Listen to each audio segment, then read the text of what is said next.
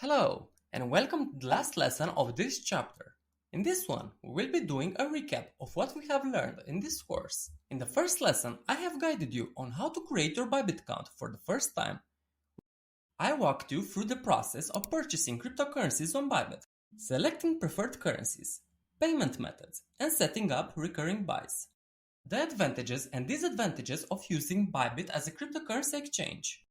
I explained how to order and make the most out of your Bybit card, a crypto debit card designed for seamless purchases.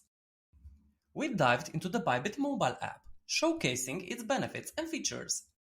We explored strategies like dollar cost averaging, lending, and liquidity mining. We understood the basics of spot, margin, and leverage trading.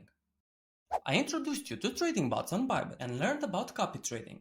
We discovered Bybit Learn, a platform offering educational content on cryptocurrency trading and blockchain technology.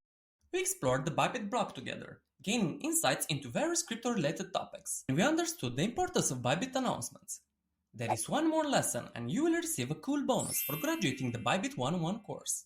See you in the bonus lesson, graduates.